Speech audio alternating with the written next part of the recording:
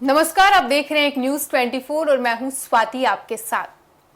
बिहार की राजनीति में इन दिनों राष्ट्रीय जनता दल यानी आरजेडी की नेता रोहिणी आचार्य एक बार फिर चर्चा में है। उनके जन्मदिन के मौके पर पटना में लगाए गए कुछ पोस्टरों ने राजनीतिक गलियारों में नई बहस छेड़ दी है। इन पोस्टरों में लिखे संदेश को लेकर तरह तरह के कयास लगाए जा रहे हैं। खास बात यह है कि ये सब उस समय हुआ है जब राजद सुप्रीमो लालू प्रसाद यादव इलाज के लिए सिंगापुर गए हुए हैं।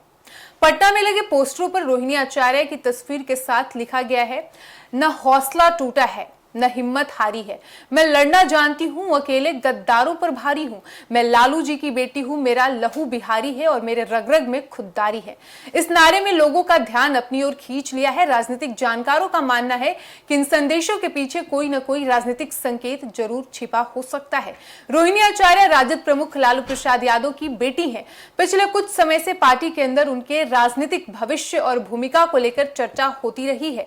लोकसभा चुनाव के दौरान उन्होंने सारण लोकसभा सीट से चुनाव भी लड़ा था, लेकिन उन्हें जीत नहीं मिल सकी। इसके बावजूद वे लगातार राजनीतिक गतिविधियों में सक्रिय रही हैं और सोशल मीडिया के जरिए भी अपनी बात रखती रही हैं। पोस्टरों के सामने आने के बाद सबसे बड़ा सवाल यही उठ रहा है कि आखिर गद्दारों शब्द का इशारा किस ओर है। राजनीतिक हलकों में इसे राजद के अंदर चल रही खींचतान से जोड़कर देखा जा रहा है। हालांकि पोस्टर लगाने वालों की ओर से इस बारे में फिलहाल कोई स्पष्ट बयान सामने नहीं आया है।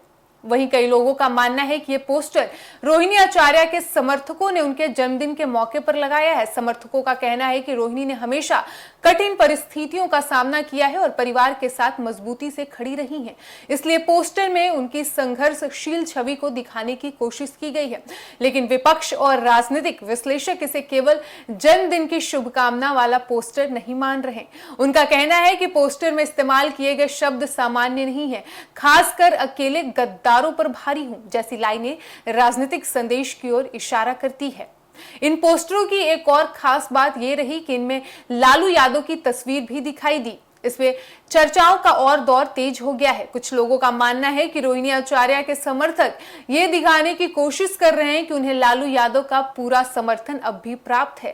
राजद कार्यालय के बाहर पोस्टर लगाए जाने के बाद ये सवाल भी उठने लगा कि क्या ये संदेश पार्टी के अंदर किसी को दिया जा रहा है। कई राजनीतिक चर्चाओं में इसे तेजस्वी यादव से जोड़कर देखा गया। हालांकि पोस्टर में कहीं भी तेजस्वी यादव का नाम नहीं लिखा गया है और न ही रोहिणी आचार्य ने इस बारे में कोई सार्वजनिक टिप्पणी फिलहाल आकर की है।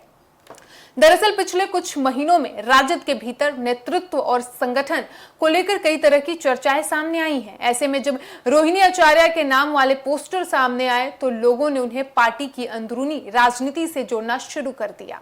राजद की ओर से भी इस मामले पर कोई आधिकारिक प्रतिक्रिया सामने नहीं आई है।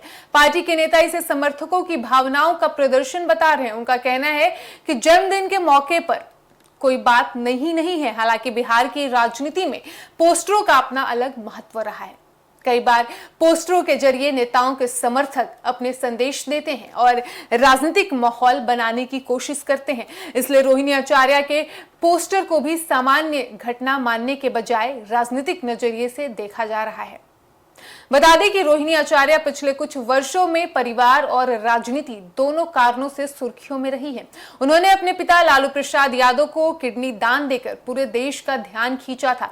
इसके बाद उनकी राजनीतिक सक्रियता भी बढ़ी। सोशल मीडिया पर वे अक्सर राजनीतिक मुद्दों पर खुलकर अपनी राय रखती हैं।